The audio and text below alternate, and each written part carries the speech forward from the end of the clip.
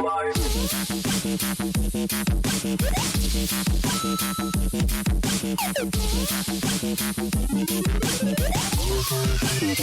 me your moves.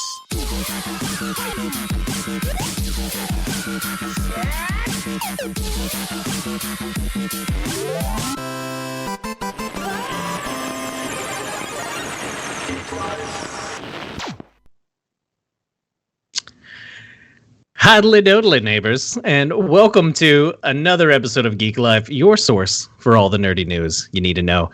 I'm your host, Gonzo Gone Live, or some of you may know me as Jake the Great, the stream game Gandalf the Green with the headbrand Supreme. You shall puff puff pass. That is trademarked. If you're new to the show, we are a 2.5 hour mashup of all the pop culture news you know and love. We talk about your favorite TV shows, movies, video games, plus all the healthy optimism you need to get through this stage of capitalism. Joining me today is the man, the myth, the legend, the fattest Sax. How are you doing tonight, Sax? Hey, what's happening, Jake? Man, I'm blessed, man. I'm good. I'm happy to be here. I haven't been on a show in a while, man. I'm just chilling and look forward to what we got to talk about, man. For real. Yeah. Facts from Sax. And back from behind the scenes again, it's the doodler himself, Caper Doodle. Cape, how's life, man? Yeah, it's going good. Facts from Sax, I like it. So you want tape from Cape? I don't want to say any other else because don't go there. A tape? Okay, never mind. Yeah, Cape's a hard one. Yeah, Cape is a hard one. Yeah. If that was your rap name, I would say to change it, but that's your biological one your parents gave you. Yeah. No superpowers, though. But anyway, how have you guys been handling the apocalypse? Sax, let's start with you. How's everything been going? It feels like we're almost out of it, actually. Like they're saying that even if you're vaxxed, you can go without a mask. Or is there anywhere in the world that you're trying to just raw dog right now? Wow, I'm not going to answer that question. I meant maskless. Maskless. You know, just. I'm still not going to answer that question. No, man. I would just like to, get out of the state. That would be nice, just go have some fun. I do have something planned in September, which is actually pretty cool, so I can't wait to be fully vaxxed for that. Blue Ridge Rock Festival in Danville, Virginia. That's the weekend between the 9th and the 12th of September, so I'm looking forward to that, and plan on going buck wild on the stage and buck wild with this report card of my COVID vaccination. The little report cards that we get to carry around. Right, I guess we don't have to carry it around, but So, Cape, what about yourself? Any big concerts? Anything? Bama's been. So I know Virginia. We're about to get out of the latest stages, like you said. Concerts, I think, are about to go. That's going to be fucking hype again. Oh, but I know Bama's been. They've treated this whole thing a little differently, Cape. So what are you going to be doing? Not really very much. I mean, trying to get out, of course. Get me out. Me out. No, that's what this whole episode's about. Yeah, I got my vaccine as well. I got my, and the only side effect I had was, I can't hear myself urinate because, with Pfizer, the P silent. So, yeah. You're like, I knew it was coming. We could have originally laughed at that joke if you hadn't already told it twice. So, you know what they say, couscous. So nice, you have to say it twice. That is but it's for the audience. Not me. It is for you, audience. Yeah, but then I have to Jimmy Fallon it and pretend I haven't heard it and be like, oh, You gotta slap the table. Yeah, I know. Like, if you watch Late Night, you know exactly what I'm talking about there. But before we get started, a quick reminder that everything that you see here, if you like it, you can follow us on our socials. It's at geeklifelive on pretty much everything, or you can follow our own, personal social medias. Sax, where can they find you? You can find me on Instagram and Twitter at Javen Shepherd, and you can find me on Twitch at _fattest_Sax. Nice. And Cape, what about yourself? Let's see if I get this right. You can find me at Caper Doodle, and you can find me there. Oh, down a little bit more. On Twitter, on Instagram, and on TikTok is Doodle_Dandy. Doodle Dandy, the doodler himself, Caper Doodle. Nice. Well, guys, it's going to be a great show. We've got a great show planned for y'all. Not only are we coming in hot with all the nerdy news that you need to know, which that's trademarked, by the way, this week we're giving you, we're talking about the future of Amazon in our latest segment, Future Forecasting. Then we'll also be diving deep in this week's deep dive on the importance of world building. And finally, we'll wrap things up with a banger of a top Zen or top 10 fictional places to visit. So go ahead and hit us with yours in the chat if you don't mind. But, that's enough chitter chatter and pitter patter. Sax, go ahead and hit those people with the headlines. Yeah, thanks, Jake. Fresh off the presses, we got, starting out, Fable is being developed using the Forza engine. Microsoft's new Fable game is reportedly being developed using the Forza engine, according to a job listing on Microsoft's website. Not only will the engine be powering one of Microsoft's most anticipated new titles for the Xbox Series XS, but the role also involves adding some new bells and whistles to the engine, including new features like ray tracing, which are becoming increasingly utilized in AAA game development. Jake and Kev are going to be stoked on this one. Me too. I believe you'll actually be able to see the fart particles. Yeah, I'm definitely looking forward to that. Fable. It's so Love Fable. Yeah, man. I can't wait for that. It's out of pocket, but it's awesome. For sure. All right. Moving on to the second thing on the headlines, Venom. Let There Be Carnage's trailer lets there be lots of carnage. Unlike the first Venom trailer, which which was mostly full of one-liners, this trailer makes Carnage look like a slightly more imposing villain than Riz Ahmed's Venom clone Riot from the first movie. We also got a sizable introduction of Carnage's host, Cletus Cassidy, played by Woody Harrelson in a red wig that's at least as scary as the serial killer symbiote. A convicted serial killer who seems to be bloodthirsty enough to fuel all of Carnage's most deadly and destructive impulses. Venom Let There Be Carnage was originally supposed to debut in October 2020. However, due to the coronavirus pandemic, the film was delayed until June 25th, 2024. Have either of you all got a chance to see that trailer yet? Oh, yeah. Yeah. No, most definitely. Yeah, it was pretty awesome. I saw it the day it came out, and just the beginning of it, with Eddie Brock walking, basically Venom making breakfast for Eddie, or attempting to make breakfast. Mm-hmm. Fucking incredible. I'm, the first one was, I would say, a pretty decent movie. Even by, it's Sony, right? They're doing these Venom ones. Oh, yeah. But now even though association with Marvel. That's good. Even though it is Sony, they've actually handled it pretty well. The first one was good, so this one looks like it's pretty exciting too. What about you, Cape? I enjoyed it. I mean, it wasn't too spoily and whatnot. I'm just wondering how they're going to connect Spider-Man into it, because we both know they are. And I wonder how they're going to make Cletus Cassidy, because they can show blood and stuff like that, so they may show him to his potential. He was actually inspired by the Joker, if I recall correctly. I mean, you can definitely see the similarities. Like, as a kid, he would push down his grandmother downstairs and stuff like that. And there's more. And like, super chill guy. Yeah, a girl wouldn't go out with him, so he ran over her with a car. Oh, so that's a nice guy. So give him a symbiote. I mean, for real.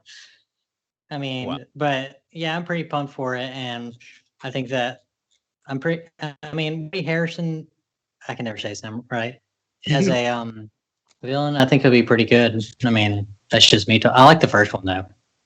Yeah, no, the first one was really good, and I think Woody Harrelson's really going to make the next one awesome as well. But what else we got, Sax? Yeah, at number 3, the Golden Globes 2022 canceled on NBC. Nice. On Monday, NBC announced that it would not air the Golden Globes in 2022, citing that the HFPA's lack of meaningful change and growth. For those who don't know, the HFPA stands for Hollywood Foreign Press Association. The Comcast-owned network did state, however, that it would like to return to airing the Globes in 2023, hoping that the year off will give the HFPA time to install some much-needed reform, and they really do after taking some look-sees at what's going on. The decision by NBC comes on the heels of several major studios completely cutting ties with the HFPA over the last week. Netflix and Amazon had already parted ways with the HFPA, and Warner Media announced on Monday that it will be cutting ties as well. Once those 3 studios had made their opinions known, NBC made the move to cancel next year's show. Wow. That's actually Wow. that's some news there. But that tells you, man, there's so much stuff that needs to be corrected. Things have got to change. And The times they are changing, right? exactly. Sometimes you got to take a year off to get it together. Yeah. Call it, dude. And who's gonna miss the Globes anyway? I mean, just not. Anyway, we're gonna move on. Number 4 on our headlines: Target stops selling Pokemon cards in store, citing safety concerns. In a move that's kind of sends shockwaves to this TCG community, Target has temporarily suspended the sale of Pokemon cards and other trading cards in the store in response to reports of violent confrontations related to the collectibles, whose value has soared in the past year. The new policy will go into effect Friday, but customers begin seeing signs in stores this week. The safety of our guests and our team is our top priority, a Target spokesperson told Polygon.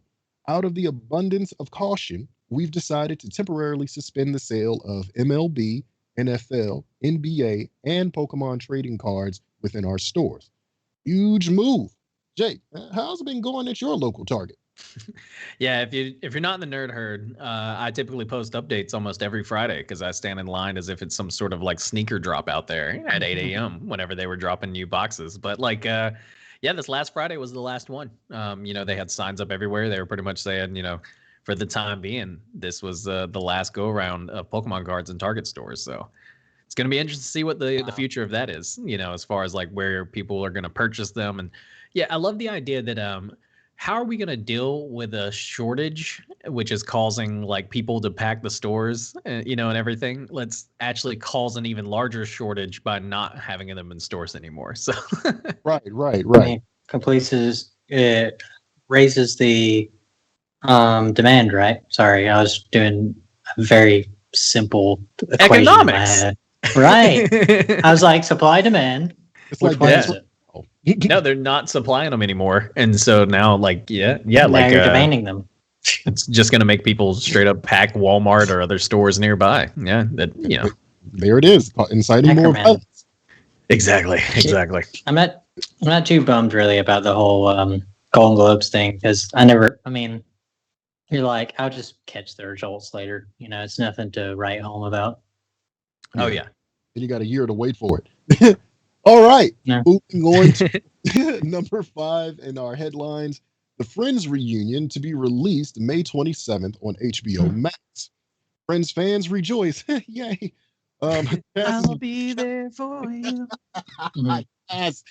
Oh, it's terrible. The cast is getting together for a reunion, Friends the Reunion, on HBO Max, and it's due to launch on March 27th.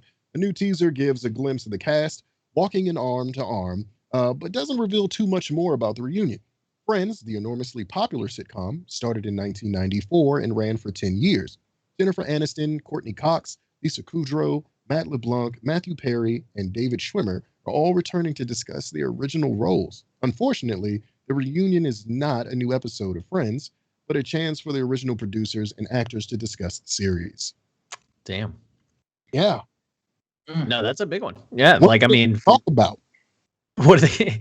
Probably the tea. You know what I mean? That's what everybody wants to know now. I mean, did you watch the Fresh Prince reunion they did on HBO Max? Fortunately, I didn't get to watch it. I don't have HBO Max, sad face. Oh man, dude, it was nice. It was nice because it was good to see the whole cast get together, and of course there was a lot of shit, because like I forgot because I was pretty young, watching that show, especially and so whenever they switched Aunt Viv out, and like that whole thing, there's apparently like a shitload of stuff involved in that, and like Will Smith and her like hashed it out in there, and so it's gonna be interesting to see what happens on the Friends version of the Fresh Prince reunion, I guess.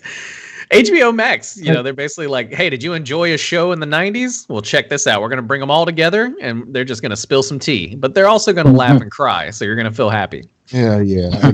And also, we're going to get your money. Yes. Please watch HBO Max. Yeah. Okay. Well, you don't have it, buy it. Hey, it is. Hey, what about the Venom trailer? I think the franchise is going in the right direction. It's hard to say because it's that gray area of I always look at who owns what, and I mean that could kind of goes into our mod segment, but what I would say typically when we had our original radio show is what channel something comes on really determines on what it is. So the very first one, I'm not going to get in a long-winded thing, but the very first one, I remember the trailer said, be the underdog. And that kind of was like, they made Venom kind of lighthearted, in a way. Like in the comics, he's fought next to Spider-Man, and Spider-Man tried to get Venom off of Eddie because he was concerned for his safety. But there's no Spider-Man. It's kind of like a reverse origin in a way. Like, Right. how are they going to bring in Spider-Man is one thing that echoes in my head constantly. So I think it'll be good, but I don't know how they're going to integrate that. Yeah, that'd be interesting in itself. And go ahead, Sax. No. Yeah, it's because of the differences, even though it's brought to you by Marvel. Like I really do also about how they're going to integrate Spider-Man, because the only reason Venom exists is because of Spider-Man. So there's that. Eddie Brock without Peter Parker, weird. What? Yeah, sure. Jake, do we still need award shows? Can we kill those things? It was interesting because I know Cape was about to try to get back into the whole it was the not the Oscars, it was the Golden Globes, but like I was like, no, save it, we have a discussion time. Because like this is I don't get award shows. Like, I mean, there's a few of them, like the Kids Choice Award makes sense, the Nickelodeon one where they slime people, let's keep that going.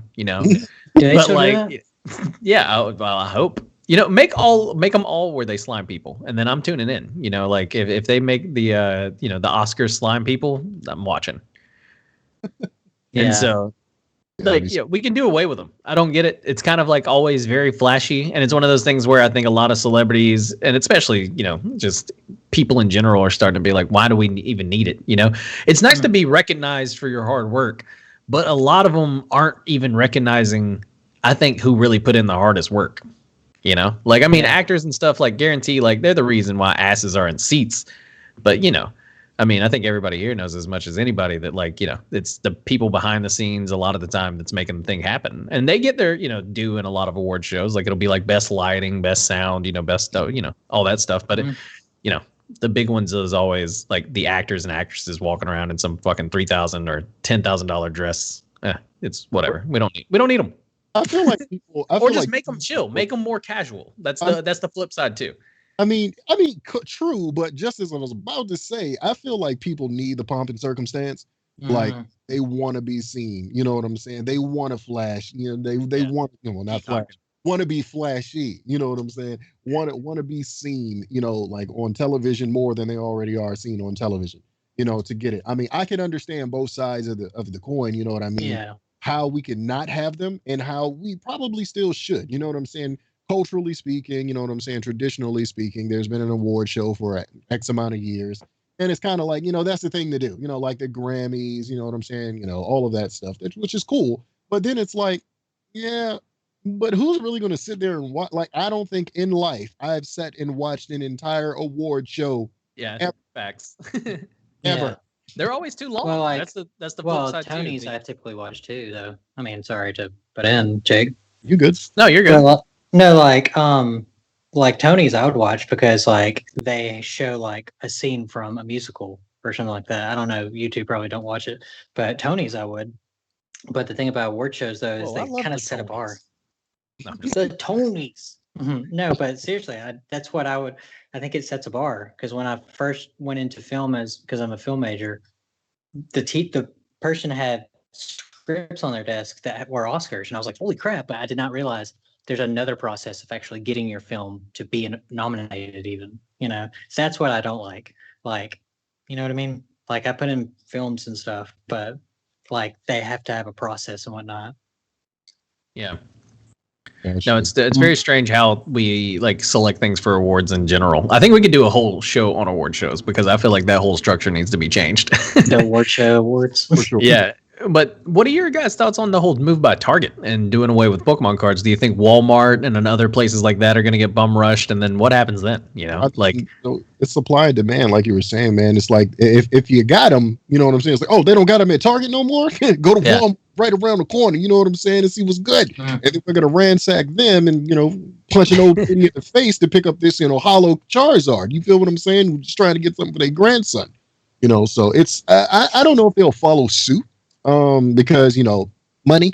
But I feel like it's like me personally, it's really crazy that people are out here being less than human. Yeah. Over a trading card game. Bro, this was because, and just to remind folks, because the story didn't, we didn't go deep into it during the headlines section, but this was because a gun was pulled at a Target over Pokemon cards. Wow. And so and I think it was somewhere I think it was Tennessee or maybe I don't want to piss anybody off, but I think it was a flyover state. But anyway, somebody pulled out the fucking you just knife. pissed off a lot of people. Yeah, over fucking Pokemon cards, which it's insane. Dude, I have a whole stack. I don't know if people can see them in the back, but there's a bunch of Pokemon cards here. Still, dude, it's not worth your life. So yeah, what the fuck? People acting crazy. And so it's interesting that Target just said, you know what? We don't make enough money off of them. And honestly, I think the gun was pulled over MLB cards. If I'm actually, which was why they made the move, because there were so many people there for both. And trust me. Because like I said, I used to stand in line at this one right here next to my apartment. And yeah, dude, half the line would be people who were there for sports cards, which I didn't know was still a very huge thing. I knew Pokemon cards were making a huge resurgence because I'd seen them on eBay. And, you've heard about the hollow, Charizard pulling a 5K or, even more figure on there. But no, dude, sports cards, huge. And their fans are ravenous. Man, I don't get it. It's crazy, but to each their own. Everybody has their hobby. That is true. Yeah, we did drop some users. Sorry to fly over states. But that's not all we have for this week. Our top story is that we're actually getting a Venture Brothers movie, y'all. Though suddenly and swiftly canceled in September of 2020, Jackson Publick's animated series, The Venture Brothers, will venture out again. Adult Swim announced on Wednesday that a feature-length Venture Brothers movie was in the works, along with new entries of Aqua Teen Hunger Force and Metalocalypse, which fucking amazing. There is no specific release dates announced as of yet. The original movies will hit Blu-ray and video on demand in a 90-day exclusive window before premiering on HBO Max. HBO Max again winning. Adult Swim that they announced. The announcement coincides with the beginning of the production of the project. So as soon as they announced them, they were like, "All right, that's the green light. Go for them." So. Many fans believe that Venture Brothers only needed one more season, so it's awesome that we'll at least get a little bit of closure. That's like a 7 or 8 season show that I tell people about all the time, but without that last season, it's kind of something that I've stayed away from telling people to watch because I hate telling people to watch a show where they won't get closure, And so it's nice that they're, returning back to this, making a cinematic universe out of it and giving the fans what they want. But what are you guys more excited about? Venture Brothers, Aqua Teen, or Metalocalypse? Did either of you did you watch any of these shows back in the day? Cape? I know they were very iconic. I know that for sure, but I didn't watch them religiously like I know some people have, but I know they are a staple of Adult Swim. They're I would say the cornerstone of Adult Swim. But I watched Space Ghost, Robot Chicken, stuff like that. But it's not that I didn't know what those were. I mean, they're still very notable. I'm sure, Sax, didn't you just freak out when we dropped this news in our admin chat and stuff? No, You're a man. big fan? Yeah, 100% for the Venture Brothers and the Aqua Teen Hunger Force. What I remember of Metapocalypse is literally 4 o'clock in the morning. Death clock. Yeah. God damn, I didn't turn my television down enough because that just woke me all the way up. And there's that. But yeah, for sure. I'm super excited about the Venture Brothers. I'll have the first 3 or 4 seasons on DVD. Yeah, not Blu-ray, DVD. And yeah, it's an oldie, but a goodie. Yeah, oh no, for sure. And Brock Sampson is the man. You feel what Brock Sampson is GOAT characters of honestly, if you're doing a bracket on most badass, animated characters of all time, Brock Sampson, he's definitely making it pretty far on that bracket. Yeah, you're talking about him. They actually did something like that on Adult Swim some years ago where they had a versus who would win between the animated character Brock Samson and the animated character Black Dynamite, and it was like 50-50. It's like, and I completely understand because Black Dynamite was awesome too. But yeah, and Aqua Teen Hunger Force has like a emotional attachment of mine because my late uncle, we used to watch all the time, and fucking meet. That's awesome. And like being crazy and Carl, oh my god! And like, I just recently saw a clip of the Hand Banana episode. I put that up. It was you. Yeah, that was me. Like, yeah, because Hand Banana, no! Like, that whole episode's one of my fucking favorite ones. Like, he's like, that dog you got over there. And they're like, what are you talking about, Carl? And it's like, then they read the back of the box and it was like, your dog may make a telepathic connection with people. And then like, oh man, that episode's fucking nuts. I love Aqua Teen though. Like, that's something, I'm definitely looking forward for all of them. Metalocalypse, its story is actually pretty deep. Like, the lore they built in the world building. Something. Hey, we're getting there. Foreshadowing. Foreshadowing, right?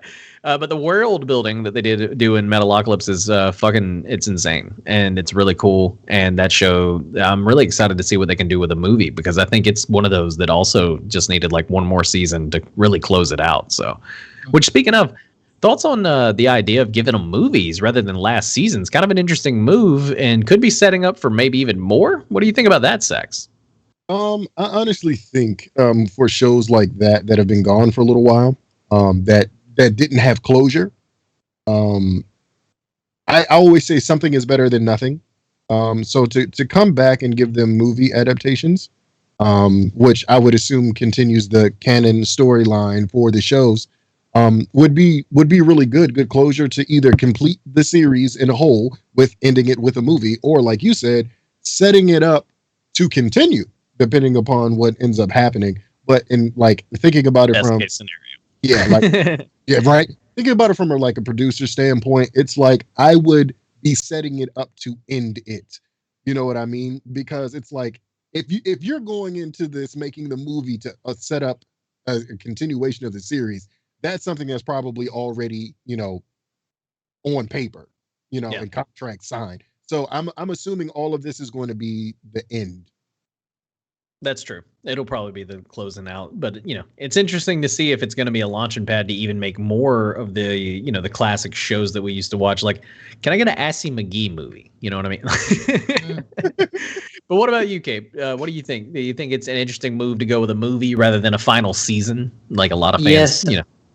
Well, yes. I mean, think of it from behind the scenes of, better pay the actor once instead for the episodes and all that. And I was just looking it up because I didn't know.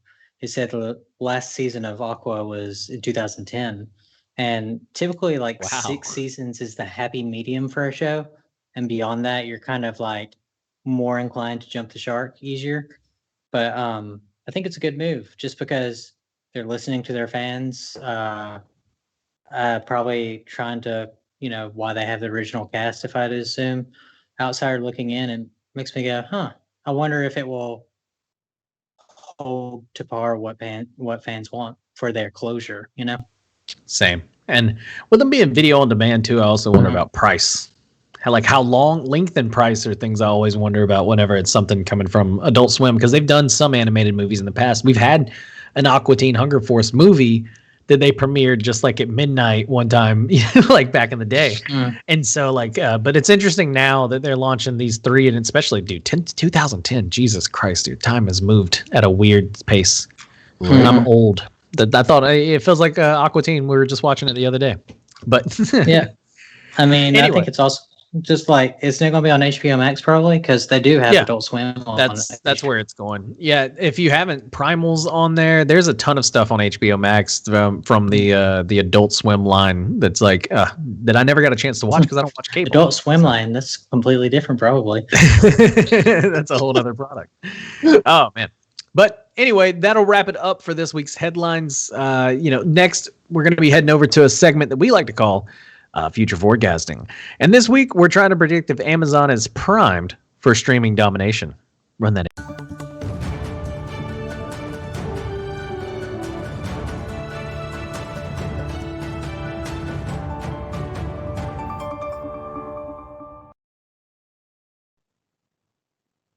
Good evening.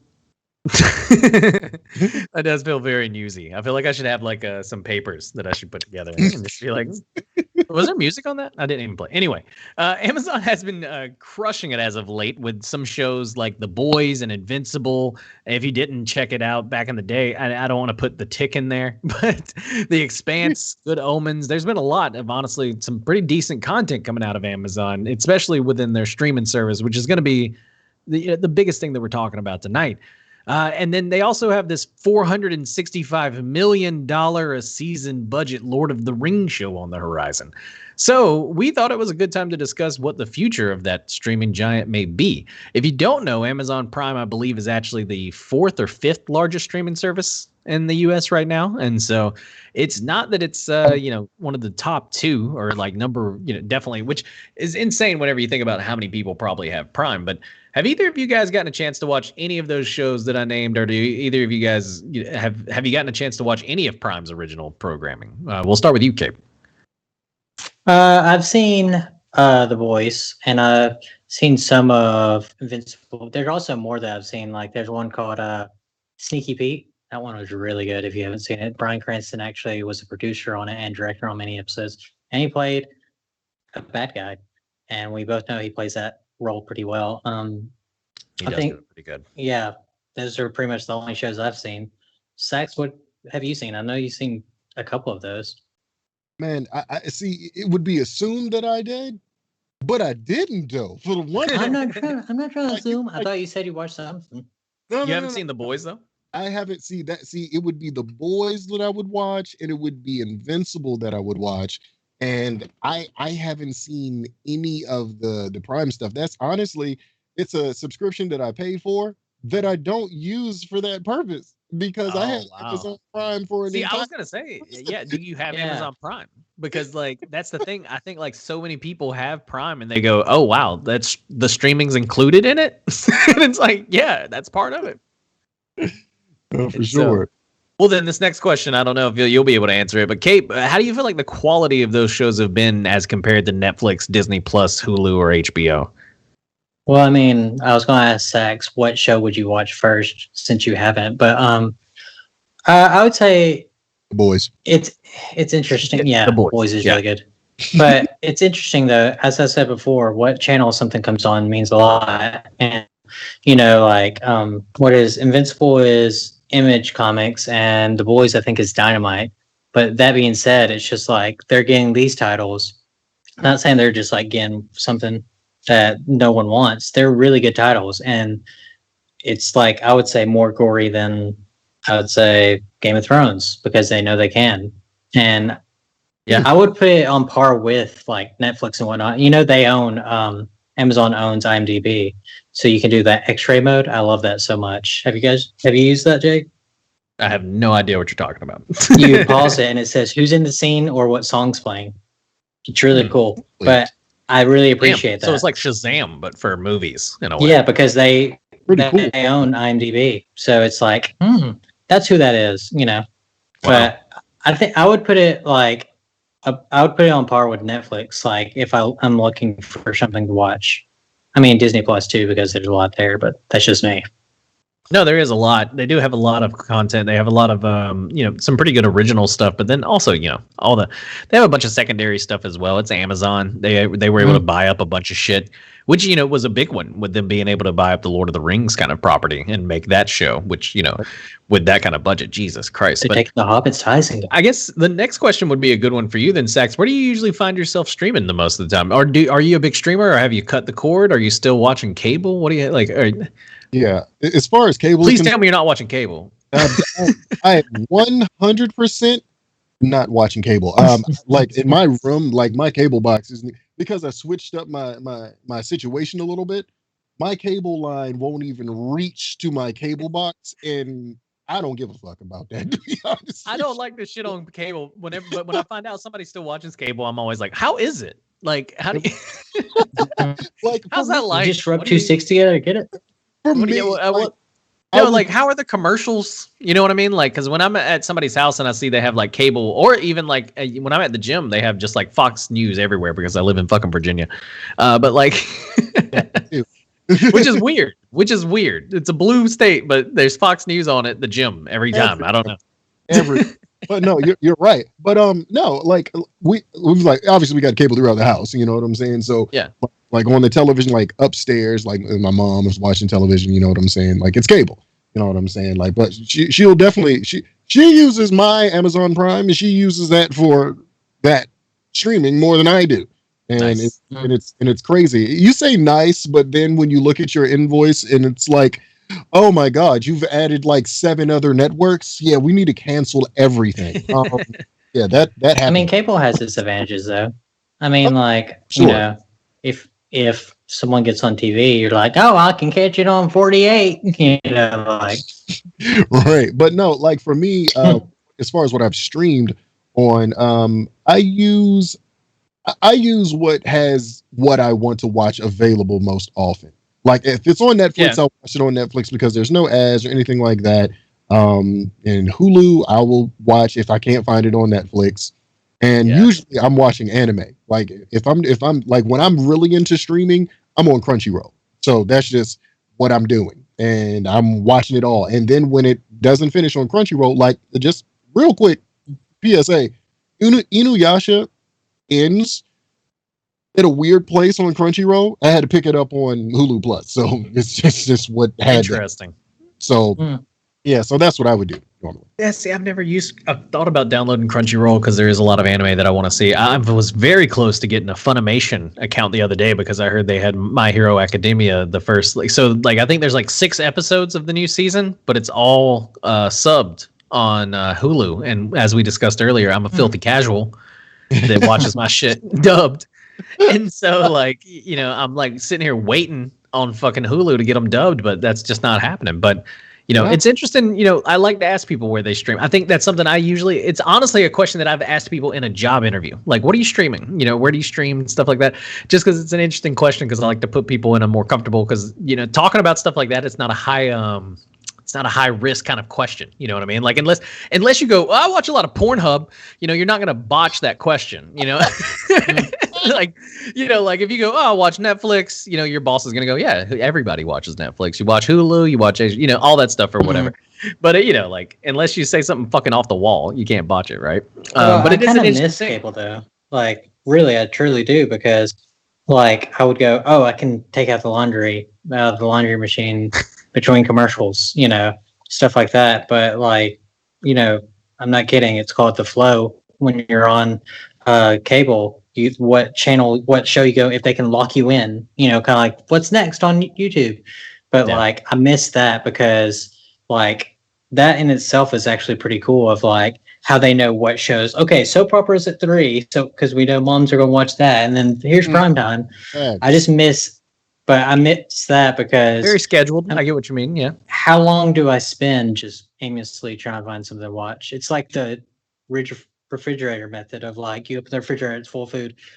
There's nothing to eat, you know, like I feel like that's why, you know, Netflix even came out with that fucking random button where you can just click it and it'll play something, because they know that people spend so much time, but I still never use it. So, you know. Well, like, and I did it for a while, and then it was like, here's episode 5 of season 3 of a show you've never watched. And I'm like, no, what? Like, yeah. But it's funny, you know, Sax, you mentioned earlier that your mom uses it. You still use Amazon Prime because we all like are just shoveling fucking cash to dear Lord Bezos, or Supreme Lord Bezos. But, you know, does it help that Amazon has everything in that package, you know, kind of like put together? You know, I had Prime before the streaming service was even established. I don't want to show my age too much, but like, you know, I actually had it way before the whole streaming thing, because it was mostly used for, you know, just getting packages within 2 fucking days.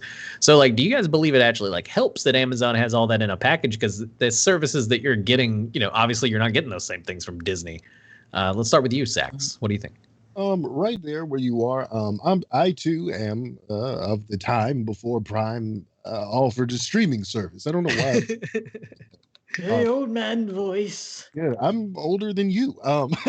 So there's I'm the oldest that. I've ever been. But it's kind of neat that it's all in. I wish they would let you know a little bit more, because like you might have Amazon Music, if you're paying for Prime and like streaming services, but if you don't know, they don't send you anything because it's like, oh, okay, oh, I can watch this. It's like you have to, like, for me, it's like I kind of have to happen upon it, and Yeah. I'm not on Amazon Prime enough to happen upon it. I'm usually like, all right, let me get this, add this to cart. Yep, it'll be here tomorrow. All right, bet. And then that's it. I'm done with Amazon. I'm like, I'm not. Yeah, just give me what I want. Give me my gummies and Fritos. And that's all I I had want. no fucking idea they had a music thing that I was also Yeah. paying for. You Like, talk when about like when I found that out, I was just like, "What?" Like, and so I mean, I played with it, but like the UX was awful. Like they definitely have done a shit job on that front. So, well, but do you guys think that blowing money on big franchise shows like Lord of the Rings is the right move to try to drive more folks to the streaming service? Like Kate specifically, like this Lord of the Rings one is the most expensive television show ever made. Do you think that's enough to get? So What was that? I haven't made a show yet, so no, like I say yes and no. Yes, because as I said, what channel something comes on, blah blah blah blah blah. It's more so like what they know they can get away with being on Amazon, and not just having people flock to Amazon, but also just being able to do what they want. Like they've done so much. Like, didn't we announce this on the radio show when we were in college? I swear we did. The Lord of the Rings show. I do. If we did, I have no idea. I can't remember if it's been that long. They haven't been making it for that long. Like I do know that it's. I believe it's in post, which is why they know about how much it's going to cost. But it's interesting because do you like, especially Sax? Do you think like the Tolkien fandom is enough to like bring in people like that? Like I get that Lord of the Rings was obviously a huge franchise, right? The Hobbit did pretty well. But like, is it really the Lord of the Rings that's going to bring people to making Amazon Prime compete with Netflix or even the big top three? I guess. I don't know whether or not it's gonna bring in enough to make it compete with the top three, but it's damn sure gonna bring a fan base to Amazon Prime that streaming and video that hasn't been there. Me, being I'm a huge Lord of the Rings fan. The movie franchise, Return of the King was my favorite movie of all time, and then Black Panther came out. So there's that. So it's number two. It's sitting there at number two. So I learned about this preparing for today, and I was like, "Excuse me," and I just went on a bend and a tear, and I was like, "Oh." Especially where they're going with the show. If they're going to do the second age, you're going to see stuff we haven't seen before. Do stuff like that hasn't been shown before and talked about before. You're talking about thousands of years before what we know as far as stories concerned. Like what I'm most interested in is like the Numenor lineage, like the actual people where Aragorn is a descendant of. So you get to actually see them. You know what I'm saying? So like I'm super excited about that actually. And I think this is going to turn out very, very well. Will it help compete with like Netflix in the gang? Maybe, maybe not. I don't know. But damn, that price point on that season, it might. Yeah. Yeah. It's facts that are like it's showing that they are willing to put money where their mouth is, at least. And if the creators of the show needed that much cash to get the show done, and I know the Lord of the Rings franchise itself is a very expensive franchise to make, Oh yeah, and Peter they Jackson, really revolutionized a lot. Yeah, they revolutionized a lot there. They had technology. They know, like, I like the behind the scenes stuff a lot. I'm not a huge Lord of the Rings fan. And I just looked it up just to see if his fan base has some. Sorry, I interrupted you by the way, Jake. But apparently the fans are called Ringers. And Ringers. Yeah. That's an interesting one. Yeah, but they really revolutionized a lot of technology with Lord of the Rings movies. I mean, have you guys seen that picture of Ian McLean crying, and he's like crying in front of a green screen going, "This is not what acting is supposed to be." I know exactly what you're talking about. Yeah, but like they did all kinds of different stuff, and like my production manager professor told us there's actually a production manager for Hobbit feet to make sure the Hobbit feet looked okay, just to explain what production management was. But I think it's going to be interesting. And then like it's kind of a, but wait, there's more. Like I had no idea what they're going to talk about until Zach said it. Like they did The Hobbit, they did the Lord of the Rings movie. Are they milking a cow, or are they actually like going to have something to satisfy the taste for the fans? Well, the big thing that we're getting into in the second half of the show is obviously our deep dive, which is world building, right? And I think if there's anything that Tolkien does best is world building. Like that's, why there are so many fans of Lord of the Rings and why those movies, books, and everything have done so well in the box office and stores and, just in, things across the world. So it's going to have a huge fan base. I know Amazon's worried about that. That was the big news that came out last week, was that they spent so much money on this and they have to make sure it has mass appeal, is what they're saying. And so some fans got a little worried about that, but they were like, no, that just means we're probably going to market the fuck out of it, probably. And so, but anyway, before we move on, do you guys think there are any pros, cons? Give the people your final thoughts on Amazon Prime so far and just where you think it's headed into the future. And we'll start with Sax. I like that we have another streaming service that is an option to use other than Netflix and Hulu, because like you can't find something on one platform, you use another platform to find it, and then you end up paying for like a lot of platforms, which is still not comparable to a cable bill, so you're still winning. Because I'm going to tell you right now, to pay for like 300 channels, and you're paying like $150 a month for like two-thirds of that shit you're not even watching. You know what I'm saying? It's just to get fed commercials, really. That's all. Exactly. But where I would say there's some cons there, it's like the thing that I was talking about. As a Prime member, I had no idea that I could just watch stuff on Amazon Prime. Like, you know what I mean? Because like you said, it was probably an additional service. A lot of people I know thought it was. Yeah, because I'm like, I got Prime for the 2 days free shipping. You feel what I'm saying? And that's what most people got Prime for. Facts. Same. But like I said, like if I have to happen upon knowing that I have something versus automatically knowing it off rip, that's kind of a problem. So it's like, you can kind of market yourself a little bit better in that light. Now, this is just my experience. Somebody in the comments, somebody watching might be like, bro, I know exactly what the hell they talking about. Is you looking at your emails? No, I'm not looking at my emails. Just to answer that question. But I a little bit better job than that. That's just me. Yeah, no, no, most definitely. Like, I think, a lot of folks didn't even know they had it, and now that you do, though, whenever you clear your schedule, you got to check out The Boys. I'm definitely saying The Boys is homework, Sex, because you got to check it out. And then Invincible if you get a chance. But, Kate, what do you... Yeah, there you go. I was going to say. But, Kate, what are your pros and cons of Amazon Prime so far? Where do you think it's headed in the future? Do you think, the big money bags, Bezos, can end up being a top 3 dog one day? Well... Incubus in chat said, well, it's about trying to capture the market. Everyone is already on something else. Prime Video is new, so it has to fire big shots to bring in new viewers. Yeah, it does, but also its little shots, in a way, have echoed quite loud. Because I tell people, what's it on? Amazon. But I think it's kind of a good move. They do more, too. Like, have you ever seen Amazon branding stuff? Like, I got a hoodie from there for like $10. I was like, oh, let's try it. Let's see how it is. Like Amazon basic HDMI cable. It's kind of like, they have their basics and stuff. Yeah, basic. But no, they have all kinds. My of batteries stuff. are Amazon. Sorry. whenever I do buy a new pack, I actually was talking about it the other day. I have a pack of fucking rechargeable batteries, Energizers that I've had since college, and I keep recharging those bad boys. They work. They're good. Because I play on Xbox and we have to recharge our batteries. Leave me alone. Well, get a pack to charge your. Back. I got his back.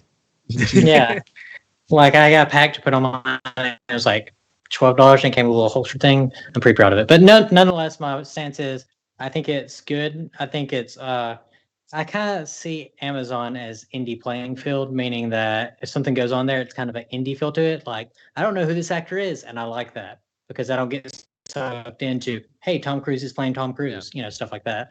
In my opinion, it's a good move for the price and what it is. And also it's cheaper for students, but also like it's good opportunities for these little known places like Dynamite and Dark Horse to have their time to shine without going to like, HBO and trying to get Warner Brothers and, Disney and trying to get into Fox or, Columbia, whatever they're trying to do. You know what I mean? but Yeah. overall a good thing. But many people, they need to show that they have that more often. But I mean, it's kind of a fun surprise when you tell someone. That it came from Amazon. Yeah, definitely, I agree. You know, whenever I tell folks like to watch Invincible or even The Boys, man, like which I think everybody knows now is a banger show. The internet had our back. You know, that one. It was like, yes, everybody, The Boys is good. So, but that'll pretty much wrap it up for the first half of this show. But don't go anywhere. When we come back, we'll be diving deep into this week's deep dive, which is the importance of world building, which we kind of like alluded to all of the show. So you're welcome on that one. And a top Zen that'll make you want to pack your bags and go check out some pretty cool places. It's going to be our top 10 fantasy worlds that we would like to visit. So stay tuned. We'll be back in 5. It's literally just 5, so don't go anywhere. Smoke a cigarette. Smoke them if you got them. Or smoke anything. I really don't care. I'm not like, your mom or anything like that. But we'll be back in 5. And we're back. Look at that. What a great transition. So as we've kind of been alluding to for the entire show, tonight's deep dive is world building. A lot of us have been world building long before knowing of the world and what it means. Imaginary worlds, universes, role playing, fantasy games, and backyards when we were kids are all acts of world building in a way. Almost everyone has done it at some point, However, the merit of world building doesn't just lie in the fun imaginary games as a kid. It has significant value in adulthood and real life as well. World building serves as commentary, catharsis, escapism, acceptance, freedom. In some cases, even unconsciously, world building gives us a chance to imagine a new society and universe where we are not constrained by our own truths or our own reality, especially in more dismay times, kind of like what we're having right now. It allows you to thoroughly and creatively piece together a system, a society that serves as a counterbalance to the one that we live in, paving hope and inspiration to a world that we live in now. This is how things could be. That's kind of like what is the magic of world building in a way. We can see things the way we either want them to be or the way they shouldn't be in the case of maybe Gotham. But this is a world where, the weight of the current state is, your own. This is a world where you can serve as intellectual inspiration for how you move forward to solve issues in our current society. So tonight, we wanted to talk about world building, why it's important, good worlds, bad worlds, ugly worlds, all around the world, same song, But thanks, Sax. Let Sax go there. But let's kick off this convo tonight with, a golden question. What is world building even? Cape, what's world building to you? World building is just establishing your universe. I listened to a podcast called Imaginary Worlds, and it's just like how that world is built, like whether it's retroactively or in the moment, but like essentially you make the laws for that universe. Like, how does gravity work? Like, just think about all kinds of stuff like that. Like, we were just talking about Lord of the Rings, and one thing that just immediately came to my mind that I held my tongue on because we're going to be talking about this is words. I mean, like, you remember in Game of Thrones, do you speak the woman tongue? Stuff like that. And like J.R. Tolkien, he made his own freaking language, Elfish. Yeah, entire languages. And I mean, I remember Batman Beyond. What did they say? Do you guys remember? Shway, And then Bruce was like, that's Schwarbage, But like, there's a lot to building a world, and some people can get lost in that world, and some people just, I don't know. I think it's really, it takes a maniac to world build. You know what I mean? And especially when it's completely something new, Yeah, Sax, I'm still learning what you like, and I added to my mental list that you like Lord of the Rings. Like what else is in Sax's world of random stuff? And like, what is world building to you? Let's see. Like, the first thing that comes to mind for me for world building is just the word new. And that carries so much weight is because in reality, there's so much of the same old that we see and that we know. And when you come to a new world, or in the process of world building, and then I play Minecraft, so it's like I understand what it is to world build on that level. But like you said, Cape, it goes even deeper than that. Mm-hmm. when it gets to a point where there is a language system that exists for that particular place. Yeah. And it's so deep. I can get philosophical with this, but I'm not going to do that. Do it. It's like This is the time. It's when the you- deep dive. when you You are here. when you world build, you are literally. I think the title was "I Am God." You feel what I'm saying? So It was, like, I am a god. You have to do it like Kanye. If knowledge is power, then a god am But no. from the Riddler, you know? Yeah. Abe, I love you. Mhm. You get to literally dictate everything from its landscape, from its hierarchy, from Mhm. just surroundings, language, situations. You can choose whether or not your world has conflict that is similar to the conflict of which we deal with, whereas racism, War. all kinds of stuff. Like you can do all of that. So when but the word new, that's the thing that comes to mind first when I hear Yeah. world building. I jump into something new, and new excites me. That's what I got. No, that's Nice. awesome. I mean, I think world building can mean a That's well plethora of different things, right? From a new language, like you said, a new elven language, even to a completely different planet with different laws of physics and everything. So, Mhm. do you guys, what is actually a quality example of world building and why? And let's start with you, Sax. Well, we talked about it before the break. The Lord of the Rings universe, like Yeah. that is a great example of world building because it covers. First off, it's new. Well, newer. You know what I'm saying? Middle Earth is completely different than Earth. You know what I'm saying? So, and it's new. There is hierarchy. Yeah. There is the terrain, the world itself. There is several languages, so it's not just Elvish. You know what I'm saying? Like you have like dark speak. So then you have like the languages that like the creatures in Mordor speak, the dwarven languages. You know what I'm saying? Like Yeah. you have so much stuff to go off of. And I believe they do a great job of that because you get caught in it. Incubus, I'm looking over here in the comments. It says world building is about immersion, giving your audience enough to believe that they've escaped to another place. And I 100% agree with that. When I watch something like The Lord of the Rings, it allows me to exist in that plane of existence. I'm just going to call it a plane of existence for some amount of time. And that's really cool. Even when it comes to stuff like video games, like if you play like Fantasy Star Online, like if you play Sea of Thieves, like if you play anything that's like something new and exciting, you can get caught in that world and you'd be like, oh my God, I've spent hours doing this. Like The Sims. You can do that in The Sims. I think games are one of the great examples of that because I think that video games are literally built worlds when you think about it, coded, and everything in a way, right? Correct.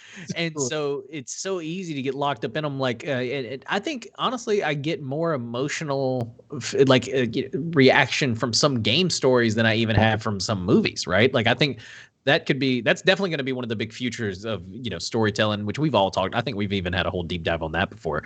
But Kate, same question to you. What do you think is a great example of some good quality world building? One that maybe you even gravitate towards. Well, I think a good quality of world building is just like having a grounding of reality, but at the same time, like, I mean, congrats, Todd, on this. This is like a really good topic because also great image too. But no, like it's like I was just now thinking about like the reason I like short films and making them. It's hard to really make one because before like pilot episodes and first appearances, because everything you have to like see the bricks being laid. And the hardest part of my first short film was having exposition and stuff like that. Like having a guy say, hey, remember that time in Mrs. Applegate's class that we were, and then you're like, oh, they're friends. But like having stuff like the Twilight Zone episode where, have you guys ever seen that one where the woman was wearing the wrap around her head and all that? Have y'all seen that? Yeah, where they take the wrap off. You're talking about the old. Yeah. Yeah. And then they show that weird, like, there's this woman, she's like, has wraps around her face. Spoilers to anyone, and we're probably going to do a spoiler show. Spoilers. But like, this was like in the 50s. This is in in black and white, guys. Yeah, this is. Yeah, it was in black and white, and she was wearing a head, like wrapping around her head, and you're like, oh no, what's wrong with her? She takes off her little thing, her bandages, and she's just a normal person. And then you're like, what? Nothing's wrong with her. She's just a young lady. And then you look at everyone else, and they had, you remember those pig noses, Jake? Yeah. They all And so, have like but big noses, and so everybody thinks she's hideous. And yeah, it's like, also like a mystery in a way. Like, but you it built know. a world really quickly. I get what you're saying in Mhm. a way, is that like that's the interesting thing about short films in general too. And I think that's what makes a really good short is when you derive your own feelings out of that world whenever it's literally just like a few minutes, maybe, you know, like Yeah, and that's something it's we have to do in crazy. video games a lot too, is you know, is kind of like, I don't want to say fill in the blanks, but basically like make our own assumptions, if you will, about those worlds. Yeah, and I think something too, like that just was going in the note of is respecting the source. Sometimes, like when someone passes or something like that, like, you know, you gotta respect where it came from, and like sometimes they don't do that. I hate saying they because they could be anybody, but you guys know what I mean. Yeah. Just respect the source you got it from. Like, are they going to respect, you know, the Tolkien universe? I'm not invested in that universe yet, but still. No, I mean, and that's a good transition to the next question I've got for you guys too, which is that, you know, world building can be a huge challenge creatively. Sometimes folks just miss the mark. I mean, we're all human. We've all had shit ideas. So, you know, but what are some of the worst examples of world building? Like anyone just completely miss the mark and just build, like, I don't want to say a place we wouldn't want to live, because there's plenty of those that we wouldn't want to live in. Like I said, Gotham earlier. I don't think anybody here would want to live in Gotham, but that's still not a shit world. That's actually really good world building because it makes us know we don't want to live in Gotham, you know? Yeah. And so like, but what are some just like, I think like some of the worst worlds you've ever been in a way, you know? And we'll start with Cape. Oh man, that's tough. I was about to say maybe Mississippi, and then after that, oh, fantasy. Sorry. I did live in Mississippi for a little while. I can't attest. But anyway. I know. Well, no, I think, I mean, even it's like pizza, even so bad, it's so good, you know? But, you know, like good and bad world building is just like,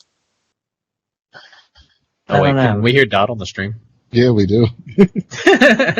Yeah, sorry, we could hear Dot.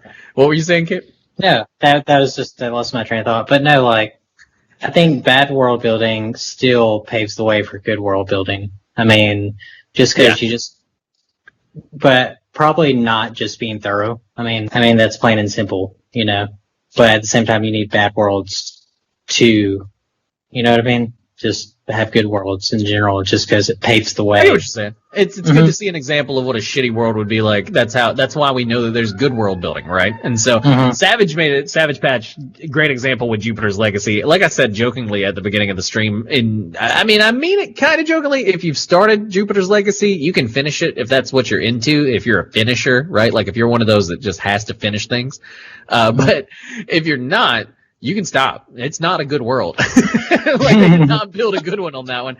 And so like I think that is a really good example. But Sax, for you, what are some worlds that you may have just like you went in? Yeah. Do you remember the meme from the guy from Cat Dog where he opens the door and then just nopes back out? You know what I mean? Like he walks in and then walks right back out or whatever. The hat, man. Yeah. Like I guess what would be a world where you did that move where you just open the door and we're like, what's behind this door? Fuck that. All right, I'm leaving. Any world that is akin to just regular Earth, you know what I'm saying? Like, yeah. Because, like I said, for me, the word that comes to mind when I think of world building is new. So if it's just Earth, it's kind of like, okay. So for instance, my favorite CSI Miami. Yeah, like my favorite fighting game franchise is Mortal Kombat. So the most boring part about that game is Earthrealm. Because it's Earth. You feel what I'm saying? It's just the Earth, yeah. It's just Earth. But when you get to Outworld, that's fantastic. When you get to that's wonderful. Netherrealm, that's fantastic. Outer World, Order World, you know what I'm saying? Like you get those things. Chaos Realm, like that's where you have the new stuff. But when you haven't done anything and you just have plain old Earth or something that is akin to Earth, where like, okay, so if you look at like the DC universe, where those are not real places, Metropolis, Bloodhaven. What? Like, right? They're not real. Gotham City, all of these places, like, yeah, like I feel like Gotham City is like Southside Chicago. I feel like Metropolis is like New York City. You know what I'm saying? It's like these are places that actually exist. So like if you haven't taken the time for me like to actually make something new, it's kind of not a good world for me. Even dystopian worlds are cool to me if they're done right, because it's like there's a reason that they're dystopia. So that's for me. That's how you miss the mark for me, when you just do something that's the normal. Just plain Jane, calling it in almost. I feel like if you're building it, I don't want to say there's bad worlds built off of just normal Earth, because obviously there are some good ones, you know. Oh yeah. But at the same time, like I get what you mean, because it almost feels lazy. Like we live here too. Yeah, I get it. Fucking car is cool. Like so, you know, like right. No, for real. Like I mean, there's just so many things that we could do. But, you know, world building allows us to, you know, communicate with others and connect with others. It exists in role-playing games, card games. It exists in friend groups and clubs and fan forums. And it's a big part of what really ties us all together when you think about it, and makes us all kind of like, you know, oh, you love that show too? Why do you love it? Like, I'm a big fan of like the Harmon universe, for instance, right? Like, you know, anything Rick and Morty, Community, all that stuff. Like if Dan Harmon made it, I like it because it's a cool world, I believe. And so you can connect with people who like similar things. And so have either of you ever been able to connect to someone immediately just based off of another world? Sax, we'll start with you. And I'm not going to answer it for you, but one thing that comes to mind, especially with you, is how much I know multiple people in our friend group enjoy fucking Mass Effect. So that I can use that. I can use a multitude of things, but it's cool when you have an interest, a common interest in something that's make believe, and something that's, you know, doesn't exist, something that takes your mind somewhere else, and you find someone else that shares that same type of, you know, vibe, and it's like, oh, you watch that? I watch that. Are you at such and such yet? Yeah, I'm there. Yo, what did you think of? And there's your conversation. There it starts. Because us as humans, like the way that we connect is through communication, and the way a relationship is established and upheld is through communication. So fictional worlds and world building definitely brings people together. Like, okay, you all, for instance, I've known you all for a little under a year, but there were some commonalities and a lot in situations and places and things that didn't really exist. And I'm sitting on your show right now. You know what I'm saying? Like, and this is where we are. And like, so 100%, like I can fall in line with somebody that's, you know, down for something. Now, if I find out later on they're like an axe murderer, you know, then I might have to adjust the relationship a little bit. But you know, it's just one of those where, like, you know, we can create these huge kind of like links with other people based off of who we are in the real world, obviously, right? Like, you know, it's just, you know, either we were all born, like for me and Cape, we're both from Alabama, so like there's a commonality, right? Like, you know, that's in our modern world or in our actual reality, whatever. And so, but I think what's interesting about like the whole, you know, aspect of world building is that you can automatically know if someone's chill just based off of like if they like a certain world that you do too sometimes. Right. And so, like, you know, Kate, is there any one of them that, like, if you hear that somebody's a fan of X, you're automatically like, that's probably a cool person. Now, granted, yeah, they could be an axe murderer, you know, or an axe murderer, like you said, Sax. Like, we don't always know everybody, right? That's going to be something you come out later. I mean, axe murderers, they're pretty cool. Yeah. But are juggalos, you know what I mean? But like, is there any, I guess, world that, you know, if you had to pack your bags and somebody else was on that train, you're both like, oh, fuck, you're going to so-and-so? Let's be best friends. I'll probably tell you that in the top Zen, but like, I think that, you know, something that I do without even trying, I don't know how, is I remember people's taste. I may not see you for a while, and I still remember what you like, and I know what's in the middle of the Venn diagram for both of us. And I think it's interesting to shoot back to last week's conversation, though, is to find out what their canon is. Because, like, in Gotham, the show, it was great. And from a production standpoint, it was amazing to me because you could pick up any item ever and you could go, hey, this would belong in Gotham. Then you pick up something else. This doesn't belong in Gotham. But, like, they built that Gotham so interestingly. Like, they had flip phones, but they drove 90s cars, you know, like, or they used a rotary phone, you know.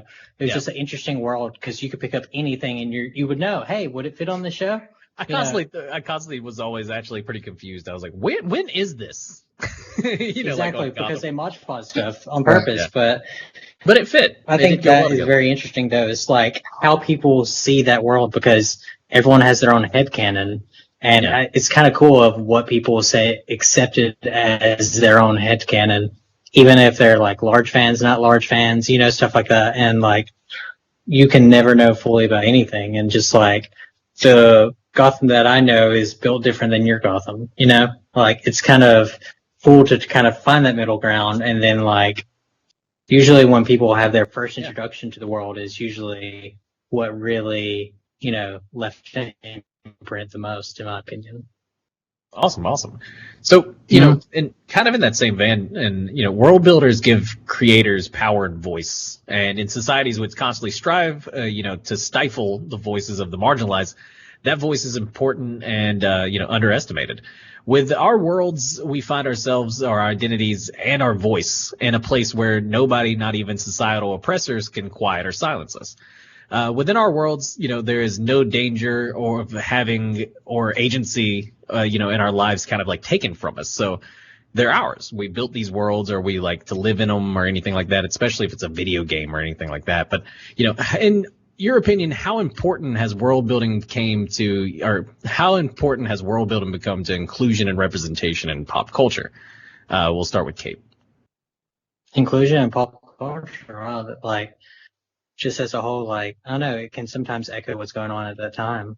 Like, I mean, Planet of the Apes probably spoke a lot about something of the time. Like, that's something that's interesting too, is when something is made, how it may speak something at that time. Like, Could be like a commentary on society at that point. Yeah, like how, like, In a to us, completely like different world. outsider looking in, we're like, oh, that's cool, but like, it's very interesting how those worlds try to say something at that time. Like, I can't really name any examples off the top of my head, but you guys definitely understand what I mean. Like, I mean, we're gonna see masks and stuff, and we're gonna be like, well, back in 19, you know, like in 2020, you know, we wore masks. When you go back and watch episodes of shows that were filmed during this time, that is going to be one of the telltale signs, you know, that it was filmed during this time. But Sax, what do you think about you know, the importance of world building when it comes to representation, and especially in pop culture? Like, you know, important to build these worlds that help include us. Or, you know, I feel like it's important to build inclusive worlds because it helps lead to a more inclusive world. And so, again, without being philosophical, and you already touched on a little bit of it, it's incredibly important because reality can be really hard, and you can be surrounded by non-like-minded people and not feel like you have a voice, not feel like you belong, and feel awkward and strange. But then someone comes along and builds a world, and it's a world that you enjoy, and it's a world where the citizens in said world, or the populace, have, or a sect of people have, the same type of interests or issues that you may have. So you relate to that, and you lock onto that, and you hold to that. And if you find a group of people, this actually goes back to the earlier question about being able to connect with somebody based off of a world. This is how people can become one with themselves, because world building introduces a place where problems people don't really get to talk about have an open place to talk about. Let's talk about like 15 years ago. There are certain things that people talk about openly now that they wouldn't talk about 15 years ago. And that's heavily in part to world building to allow people to express themselves. You feel what I'm saying? Which is a very, very good thing. And I find that it's very important also with the times. Like, look at the movies, everything from 2002 to about now. If you look at anything that has anything to do with the military, or anybody who had anything to do with the military, you're talking about the Iraq War. You feel what I'm saying? So like that's it. Even in a fictional setting, people still talking about that. Like, so like it's important. I feel like it's almost necessary, because if people didn't have a place to escape to, and they just had to deal with this all the time, they would go insane. Or people have gone insane and made these worlds. And sometimes you can see the writers shine through, like Grey's Anatomy. Like, I don't really watch it that much. They have great music though. I can't believe it's still on air, but like sometimes you can see when the writer's writing in a way, you know what I mean? When they kind of make a commentary on the world, and you're like, oh, but I'm sure like watching it down the line, you're gonna have no idea. But still, sometimes you can tell those stories that they want to drive in. You know, it's very interesting. No, facts. And I think that's a big part of why world building is important. Like I said, I think it's important to have, to build worlds that we kind of want to see and that we also, want to escape into. Obviously, that's a big part of it, because our favorite worlds may not be utopias, and they rarely are. And there still may be a struggle or systematic problems as of any world. But in our favorite worlds, we find agency and voice that we may not be able to find in real life. And I believe a lot of underlying merit of world building lies exactly in that, agency and voice. Plus escapism. Definitely can't forget about escapism. That's one of the biggest parts of world building. But, any parting words on world building and what you guys really feel like the importance of it is? Let's start with you, Kate. Like, how important do you feel like it is to build a solid world? It is very important, but I keep on echoing in my head about the ship of Thesis. If you guys know that thought experiment, where if you're on a ship and as you're on the ship and they replace each plank of wood as it gets put out, and then eventually it begs the question of, is it the same ship? Yeah, I'm glad you understand that, because is it still the same world? And like, I completely forgot about that. God said, but like, yeah, I'd still think about that of like, is it the same thing? I mean, I think it's fun, but also it's hard to keep hold of. Like, I get amazed by how much Marvel, like you said, WandaVision died, but like Marvel, they definitely have that picture of, Charlie Cox on the board from Always Sunny, where he's like, I'm talking about, of everyone. Pepe Sylvia. Like, how do they do that though? I don't know. Like, how do they connect the web of like, okay, at this time, let's see, Doctor Strange is here at this time and all that. Like, I wonder if they have like, oh, you want to write the movie? Here's the Bible right here for this universe. Like, this is where Doctor Strange was when Thor was right here. Like, I've always wondered that, like, is there something like that? But I think it's important, but it's also, it takes a crazy person to do it alone, probably. Yeah. Sax, any parting words on world building? I find that it's important. I find that it's necessary. It low key, I can't speak for anybody else. It's low key made me kind of who I am today, personality wise, because there's some great role models and examples in worlds that don't really exist, in places that are not real. Kakashi. Than the people that are here. Exactly. Yeah. Mm-hmm. No, I mean that's a great example. Like, I had this long conversation with a friend before, and obviously we were a little high, but it was mostly on like, how is, I was like, is it sad that like, I like to watch, like My Hero Academia for All Might, because I'm like, that fucking guy. Like, if All Might was real, I would feel safe in that world, because like, he's here, like, I mean, obviously I don't want to give spoilers and everything because, of how the story goes, but like, if All Might in his prime was alive in this world, I lived in that world, was built in that world, I'd feel safe. Because that dude's fucking justice. And I'm like, why can't, like, like, I really do. I feel like he's like an embodiment of justice. And I'm like, I love that shit so much that they've built this world up to where, like, as a fan, I can be like, oh yeah, All Might's the embodiment of justice. Like, because they built that lore around him, where that's how we feel like that's who he is, And so that's one of my favorite things about world building. I get it, is being able to really escape and then get into it. And then, like you said, even pull things from it that we want to see in our own world, right? Like, Yeah, for sure. And it's interesting too how fan stuff leaks into the main world. Just like, I think that's also pretty cool though. Of like, what becomes reality. Yeah, exactly. That's probably a very good topic of its own. I mean, but like, that's crazy to me though, how it can make such a dent in people. Like, I remember someone saying, oh, I always wish I could draw comics. Now I do. Not like that, but like, just how some people accept something and then they're like, okay, we'll make it.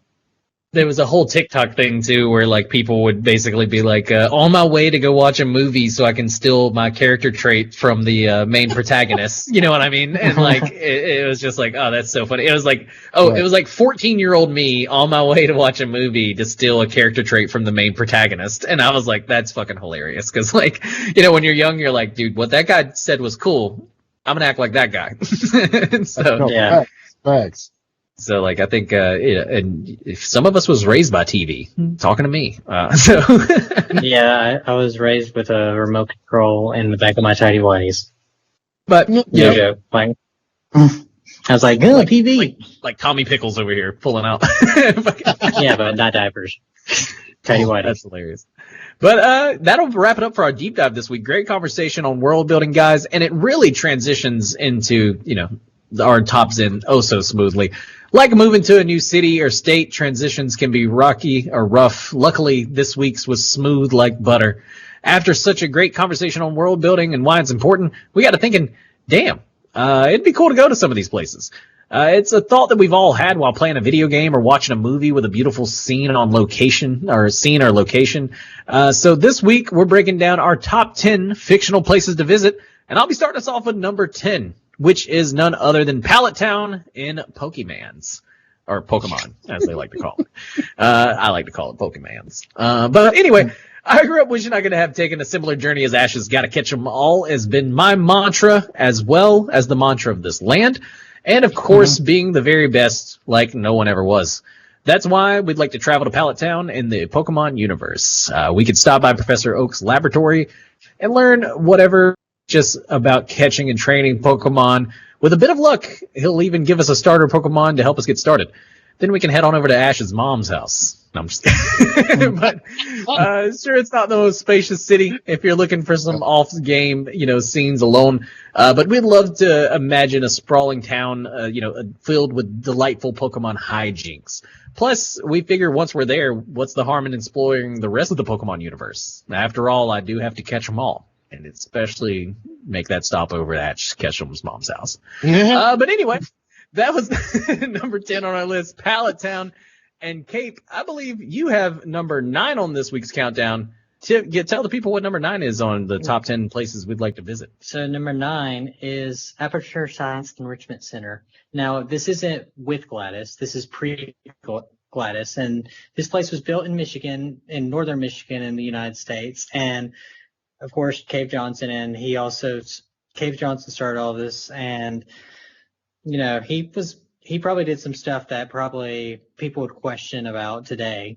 Some questionable things, and Nazi scientist, lemon grenades, like all kinds of stuff that's like questionable to say the least. I mean, he did what was it? He experimented on astronauts. It started off as a shower curtain company, and like eventually he made the portal gun. But like instead of Make-A-Wish Foundation, they had a Take-A-Wish Foundation. Like there's a bunch of random stuff going on, and I haven't played the new addition to the Portal 2 game where you can actually go through time. There's like you make one more portal and you go through time, and then you solve the puzzle. And I think I always find looking back in retrospect kind of cool, but also find this one pretty cool because of just like there's some shady stuff going on, but I don't know if you would want to be there when all the shady stuff is happening, or if it's just like, you'll be fine. So you're saying you would just want to do like a lab, kind of like a tour of Aperture Science before Gladys took over and everything that happened in Portal. Was that what you meant? Yeah. It would be interesting. It'd be like a world of tomorrow. Jim, you don't always have to say that. What about you, Sax? Would you ever go into Aperture Science, or have you played Portal, or is it not your cup of tea? I have not played Portal. It's not so much that it's not my cup of tea. It's just never have played it. Seems like a game though. I try not to overhype stuff because if I set the bar too high, then But I will say that it's on sale randomly for like $2 on Steam. Check it out, and Steam fun. always tries to give this game away. Like, it's one Yeah, of those pretty that, much. like, Steam is literally like, please take this game. And it's honestly, it's a fucking good game. So I tell people all the time, like, if it's on sale, like Cape said, it goes on sale for like $2 sometimes. Definitely buy it if you've never played it. Yeah, it's definitely a one-play game though, because it follows a story. God said you can't set the bar too high. Yeah, well, anything you can, because then you just make someone completely uninterested. For Portal, but, like, yeah, I guess you could. Yeah. But the bar is already set pretty high for Portal. It's probably one of the best games. Honestly, one of the more fun, like, physics-based games, too. Yeah, and I would argue you don't even have to play the first one, but at the same time, it's like, it still holds up. Like, I watched a friend play it, and so, yeah. What do you got? Speaking of hilariously fun games, which Portal is, the setting of number 8 on this week's countdown is from one of my personal favorite ones, and we talked about it a little bit earlier in the show, with the whole like Forza engine. But Sax, tell the people what place when you close your eyes you see at number 8 right now. Oh, at number 8, when I close my eyes, I envision Albion in the Fable universe, the Kingdom of Albion. Ah, yes, hero. I love to hear the locals while walking through the Kingdom of Albion. It's those little things that make training at the guild worth it. That's right. It's at the guild in Albion where I've become trained in a variety of combat styles and become either a loved hero or a feared villain. My favorite. Albion is, it's huge, beautiful open areas. The different cities like Bowerstone, Oakvale, Knothole Glade, and Knothole Island in Fable 2 DLC. Yes. There's a whole bunch of different places. It's so much. It's rich. You know what I'm saying? Bowerstone Castle. It's really, really cool. The different taverns and shops that you can go to. The freaking talking stone doors. The horrors at the bordello. Look, guys, I'm down bad. All right. Okay. It's been a long quarantine. It's been a long quarantine. There's a lot of stuff to get lost in an Albion. Did you say talking doors? Yes, there's talking stone doors. The demon. Wow, talking stone doors and horrors. Wow, they both have big knockers. Big knockers. Oh, did him. Not to mention magic abilities to ward off hobs and Wolverines and the like. Down by the reeds are the souls left unbroken by white Wolverines. Okay, that was nerdy as hell. That sounds good. That was beautiful. That was beautiful. That was a good lullaby. We're just gonna go on. I'm a nerd. No. That's why you're here, aren't you? Jake, what do you got at number 7? Well, before I get into number 7, I have to say I really do. I think we should move Albion higher up, and we should move Sax's singing voice higher up on the list as well. If that's what's going down in Albion, I'm down. I'm there. But no, I love the Fable universe. I really think this list honestly has a lot of tied suggestions in my mind. Like, I think, like, honestly, like, they're all number 1 to me because I would love to if we could travel to these, I would, each one of them. So, but the next one, number 7, has got to be one that, it's really good to get away, especially from the corporate overlords, right? So number 7 on this week's countdown is Stardew Valley. People dropping their jobs in the stressful city to move to a quieter town and look after a farm. Sounds familiar. While hardly political and overreaching nature of Pelican Town, the central town, Stardew Valley is very obviously just one of many smaller towns to a bigger area.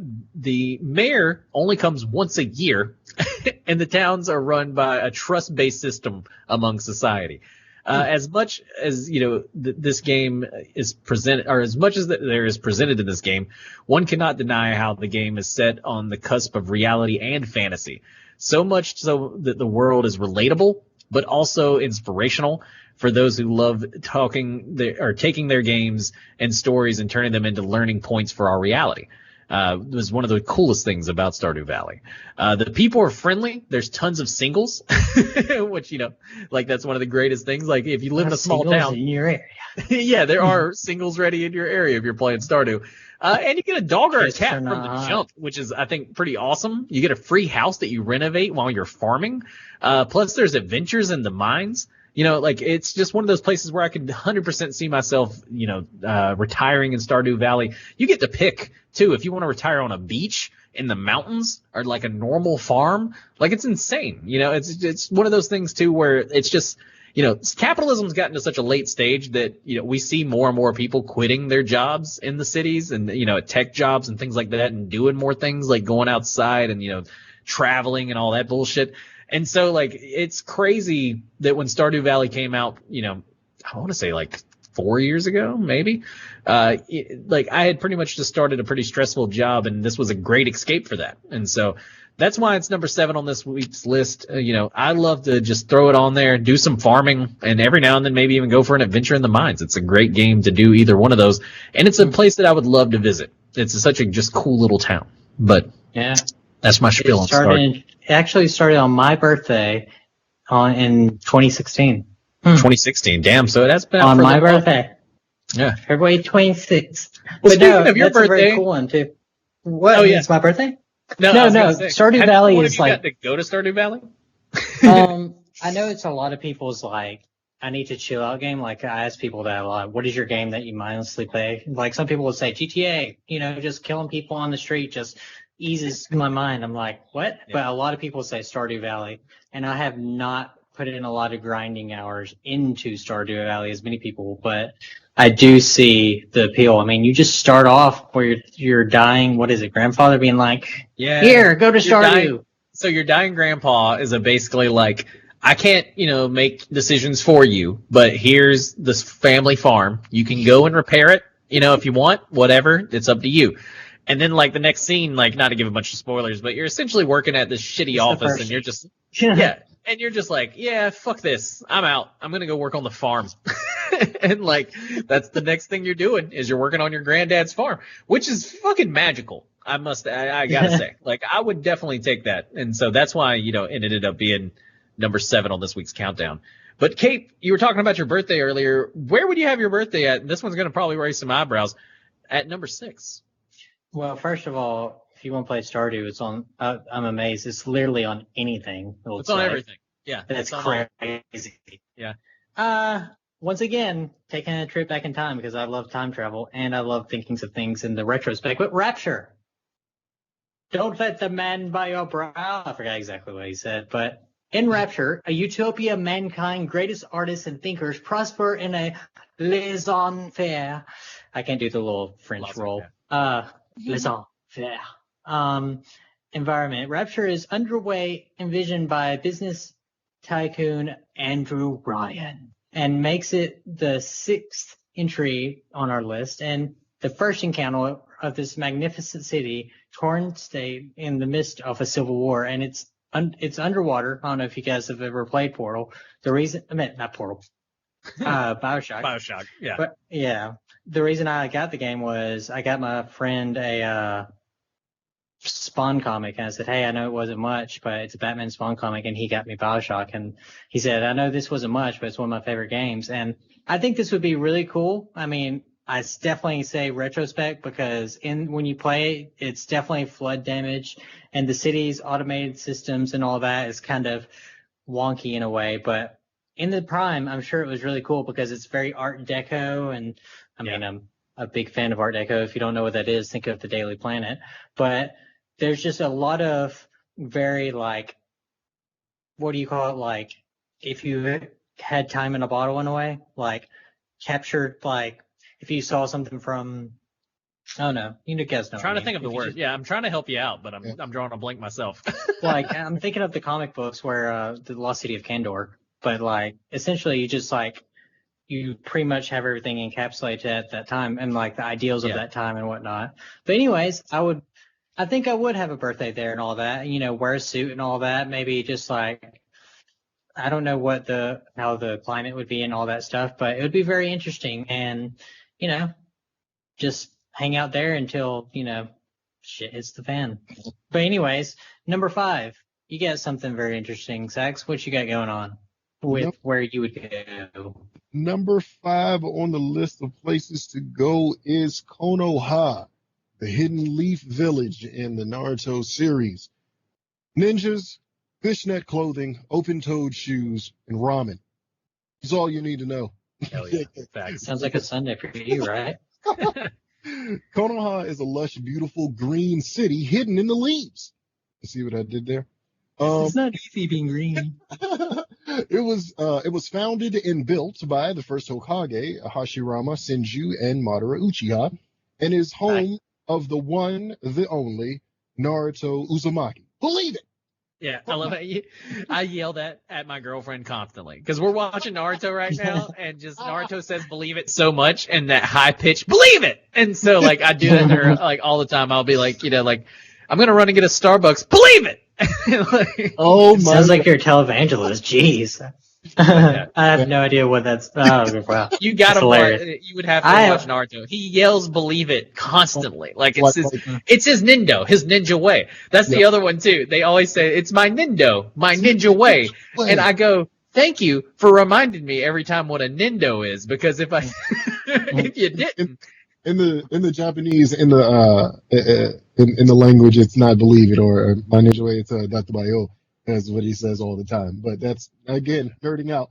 Konoha is known to be one of the greatest of the hidden ninja villages, and it looks like the coolest place to live in general. I mean, it has all the things that you'd find in a regular community, but it's just more cool and ninja-like. So the ramen shop, the ninja academy, the florist shops, the restaurants, the Hokage's mansion, which acts like the center of, the government for the city, kind of like the capital in DC. That is like I would want to live there for real, However, it does have its, not so normal societal areas such as the ninja training grounds, the Forest of Death, the Chunin exams location, the ghost town that is the Uchiha district.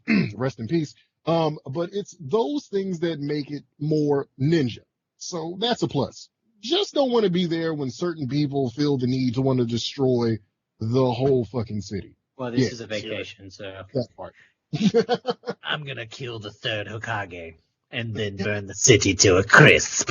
You don't take your snake ass. Yeah, I know. Yeah, this is probably what I'm gonna watch next, guys. But you just got through those Japanese names, like, wow, I could not do that. Yeah, Sax is the real weeb here. That's why. This is the really? weeb. What gave you that idea?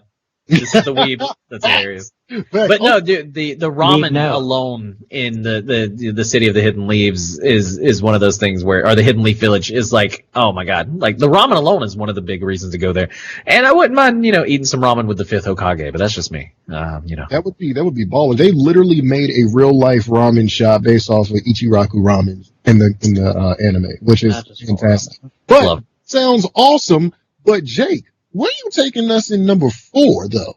Well, we had to take you all the way to Mordor just so we could bring you back home to the Shire. And that's number 4 on this week's countdown. The Shire.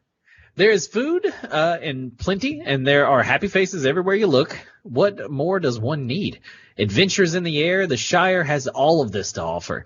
We couldn't write a top 10 about fictional places without mentioning the master of high fantasy. Tolkien has managed to create a land so vivid and so realistic that paying attention to the slightest detail that it truly deserves to be called a masterpiece. Now I have to admit it, that Middle Earth is not exactly my dreamland to live in, especially not under Sauron's reign, but one place that I would truly love to visit, of course, is the Shire. It looks so beautiful in the movies with all the green and all the hobbit holes, and it would just be the best place to go vacation for a little while and, I would say decompress, get completely out of it. I don't think they allow laptops in the Shire. And so it's just one of those places where I would love to go and just completely unplug. Plus, it's been confirmed that pipe weed is weed. So I could smoke a bowl with a wizard and a hobbit, and that just sounds like a Make-A-Wish to me. You know what I mean? Like at that point, I'm just literally like, living out some kind of crazy fucking dream in this beautiful hobbit home, getting high as shit with Gandalf. And so that's why it made number 4 on this week's countdown. The Shire, one of the greatest places I believe in fictional. I'm sure wizard weed is completely different than normal weed, though. Like, Yeah, it's probably a little bit more magical. I mean, that's probably facts right there. I'm just saying. You're probably gonna see time after a hit. But while the Shire, it's a beautiful kind of like, and also the city, the Hidden Leaf Village. These are all like, amazing kind of like, I would say wooded areas, right? Number 3 on our Oh, man. countdown is the exact opposite. I don't believe there's a single plant alive in number 3. And so that's why it's going to be interesting to see why Cape had it so high on his list of places to visit. Cape, hit the people with number 3 on this week's countdown.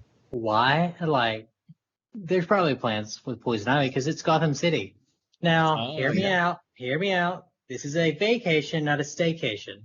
And also, it'd probably be really difficult to get in the Batcave because it's probably highly secure. Well, one of them, because there's many of them. But the ideal one would be the one, like, not retired Bruce, but almost retired Bruce, because the Batcave was essentially a museum in its own. I had to decide between Flash Museum and this. And I'm like, he essentially had a lot of artifacts, like the big dinosaur, the big penny, The like Joker card. the Joker card. That's very iconic. I mean, every single Robin, that's pretty depressing. Every single Robin's like costume. Yeah, but that is like, dead but like, Robins. yeah, like, like the little thing that opens up to find like a kryptonite ring, but this is probably, Gotham would be very interesting to look at because I mean, there's many different versions of Gotham and whatnot, but like, as I said, we want to live there because like, there's a run of comics called No Man's Land where earthquake happened and everyone was locked in Gotham because Gotham is just an island essentially. But I mean, it would be pretty cool, kind of like, I did look up online of like what people would say, like, why do people even still live in Gotham? Like, really? Because like Batman is an urban legend. Because and it's just New like, York. No, hey, I'm the Batman, I'm the Vengeance, I'm the Knight, I'm the night. I'm walking. Hey. Like, I'm sure he can't just disappear from Jim Gordon. He'd be like, hey! Have you ever seen that video of Batman running off? It's great. But still, nonetheless, I'm gone, Yeah, he probably would say something like that. I don't know. But still, it would be a fun little outsider looking in, like, just real quick, like when I was younger, I had a dream that I was Batman Beyond and I got so excited and I was about to fly off and I was too self-conscious and my cape caught on fire. Wow. That happens best of us. It really does. Yeah, I know, but like something like that would happen. I would like steal like Batarang or something just for something and then like, I'll cut myself or I don't know. But still, nonetheless, this would be a great vacation. I wouldn't want to stay too long, but I would be enough to kind of, I don't know, just see what's up and all that. And then, make sure I'm in a safe place, at night. And then, I think it'd be pretty fun. But number 2 is pretty relevant to what news on Friday, but also reading what you had to say, Sax, it sounds pretty freaking awesome. So what do we have for number 2? Number 2 on the list, we go into the Citadel in the Mass Effect universe. Yes, sir. The Citadel is super duper lit. For those of you that are familiar with the Mass Effect series, this city needs absolutely no introduction. Because if it did, you wasn't playing Mass Effect. You was playing something else. For those So introduce it. series of games, it's a massive space station with a population of 13 million humanoid species and seen as the center of government in the galaxy. The Citadel has to be one of the coolest places in the universe. This gigantic floating space station functions as a melting pot for all of the different races in the galaxy.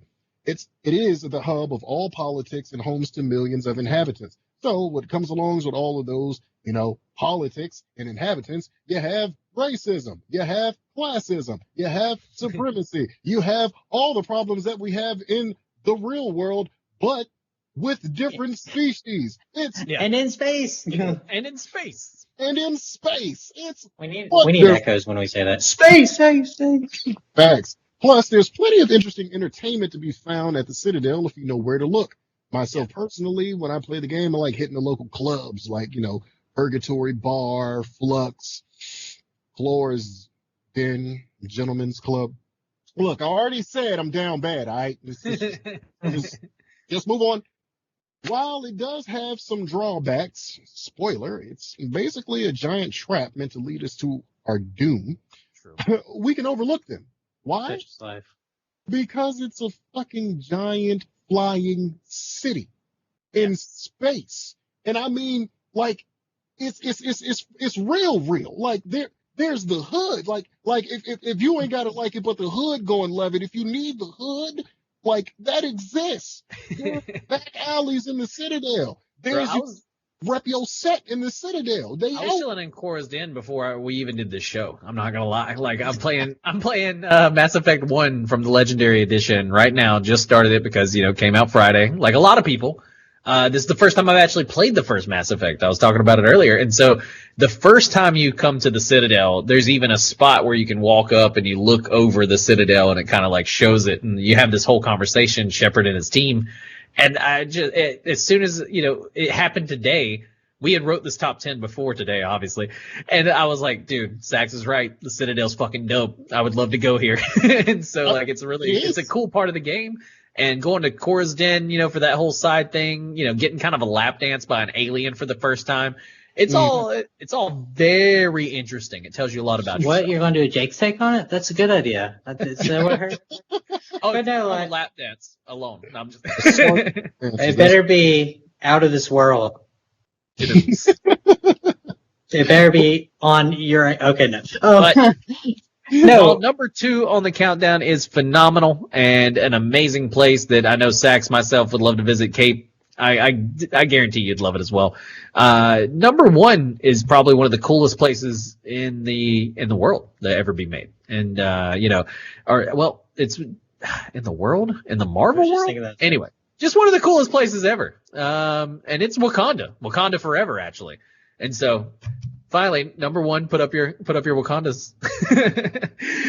Is Wakanda, a fictional African nation. Wakanda is hidden from the world and poses as a typical sub-Saharan third world country. It is ruled by Black Panther, the king and protector, who gets the powers gets his powers from the feline given by Egyptian goddess Bast. The country's technology is because of vibranium, the strongest metal known to man, and harvested from a meteor that dropped millions of years ago where the country now exists. Wakanda's technology evolved in isolation and is almost alien-like compared to the rest of the world. And, American, for example, would be totally flabbergasted, the widest word ever when describing Wakanda, just looking at gadgets and machines. The opulence of the Gold City is a sight to behold. But unlike the dehumanizing fictional urban centers in movies like Blade Runner or The Hunger Games, this Afro-futuristic city is a place where you would actually want to visit. This gold city isn't something that's just like got gold painted on it. It's legitimately just fucking awesome of a city. It is rich with culture and history, and basically makes us want to just it towers over any of our current modern conveniences. So like the public transportation, the Magville trains or whatever that they use at one point, like shit like that's just incredible. So it's just the tech, the culture, everything makes Wakanda number 1 on the list this week. It's the true golden city. It's fucking amazing. And I couldn't think of another place. Like when we were making this list, like I said earlier, a lot of them are kind of like, we want to visit all these places. But like Wakanda, if like in the Marvel universe, we found out there was a Wakanda, I'm booking a plane ticket. I'm gone. And so that's why Wakanda made number 1 on the list. What do you guys feel about the top 10 this week and Wakanda sitting at number 1? I think it's very justified. I mean, I don't really know a lot about Wakanda, but when I watched Captain Winter Soldier, it kind of reminds me of when people hear me talk when I have my Southern accent. They're like, "You're Southern?" It's like when people see people from Wakanda, they're like, "Oh, they're just Africans," but like they're legit. You know what I mean? Like they have another layer of stuff they don't even know. The fact that it has been pretty much hidden as like a third world country and for the longest time is like one of the funniest things I think about the Black Panther series.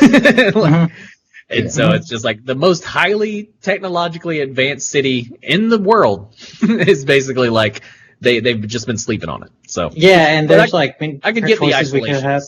I could get why they kept it a secret.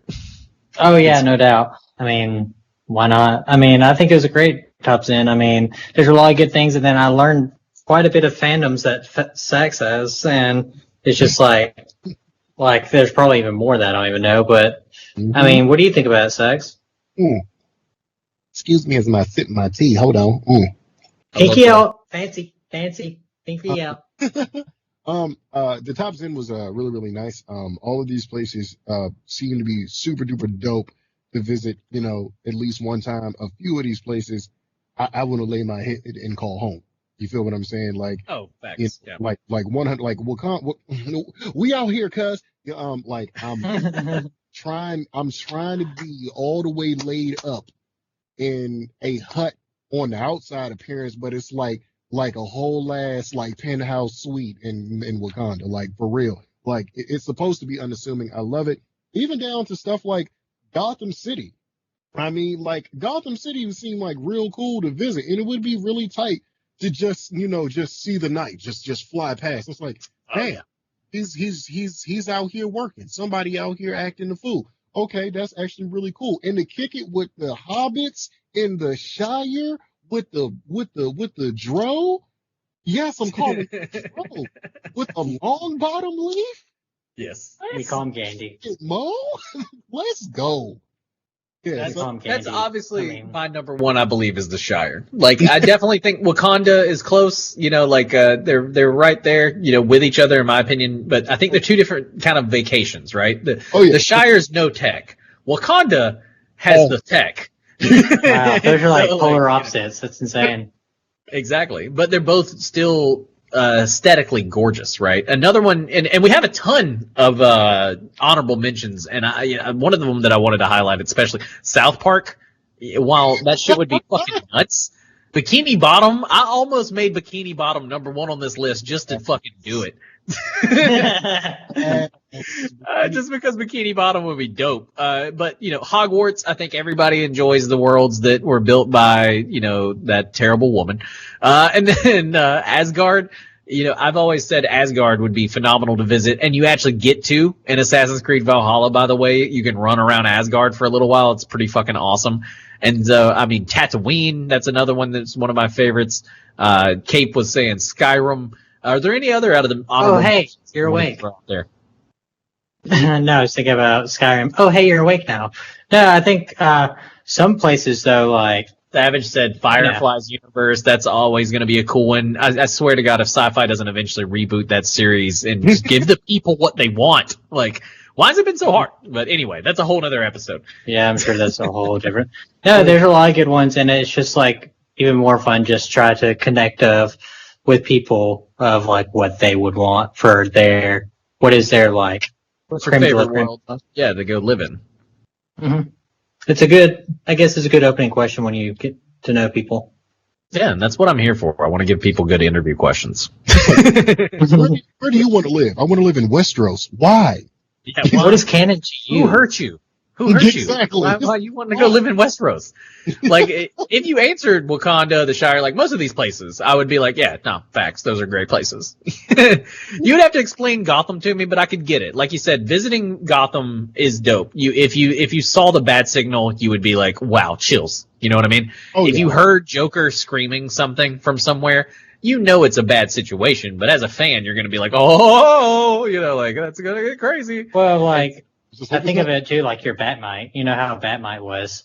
Like, Have you ever read comics with Batmite? No, I haven't. He was like an imp from like a different universe, and he'll be like, "Oh, you got the Batmobile!" Like I should link you to an episode of Batmite. I think you would definitely vibe with that. But it's just very interesting, like being in the moment of that. Like, there's actually a subreddit of people that are in the Marvel universe, and they show film footage and pretend, "Oh, I took a picture with Captain Rogers." It's just like deep fakes. It's the future. Well, that'll about wrap it up for this episode of Geek Life. We hope you enjoyed everything today. A reminder for you guys, if you want more Geek Life, you can always follow us at any of our own Twitch, Twitters. You can find Geek Life pretty much everywhere. I think we have in the description, all that stuff. Be sure to join the Nerd Herd. That's the Discord. If you saw some people popping off in chat, most of the time they came over from the Nerd Herd, and the Nerd Herd, it welcomes all. Click the icon down below. Yeah, it's right down there. You can check out more Geek Life on YouTube, Instagram, links, all that stuff, like I said below. I want to give a big shout out to our producer tonight, which was the Dodd. He is usually in front of the scenes. Tonight he was behind the scenes, and I think he did a phenomenal job. Great job, Dodd. I want to give a special shout out to, thank you, Cape. Thank you, Fattest Sax. You guys aren't always on the show, and it was great having you here. You know what I mean? And so it's like one of those things where Cape, this is back-to-back weeks. You're making a run of it. He's a runner. Yeah, well, God told me Dog Yes. told me, he said, you did a great job and everything, but, after this, you're going to be back at the brew. This is stressful. And I was like, okay. But I'm glad he does, because he definitely sees the inner workings of it, and we get to, all have fun. And Big shout outs. And It's great. thanks for our moderator, Lilis Nelly. Thanks for everybody that was popping off in chat. thank Incubus, thanks, Pistachio, thanks. Mhm. Who else has been in chat? Sag. Nelly. Shouts I out saw Sag. Kev. Congratulations Kev. on the YouTube stuff, by the way, Sag. Congrats, my man. 1000%. Congrats. And then Kev popped in. Thanks for joining us, Kev, all the way from And then sunny resubbed. That's pretty awesome. Thanks, Sag. Shouts out for the resub. Amazing. That was Incubus Inky. subbed as well, I Yeah. believe. Mhm. And got a few new followers. So, and thanks for the cheer, Littlest Nelly. Thank you so much for that as well. And so, thank you all for the following, the support. As always, we'll be back next week with a whole new episode. And so definitely, stay tuned, and thanks for tuning in, and we'll see y'all next time. Peace.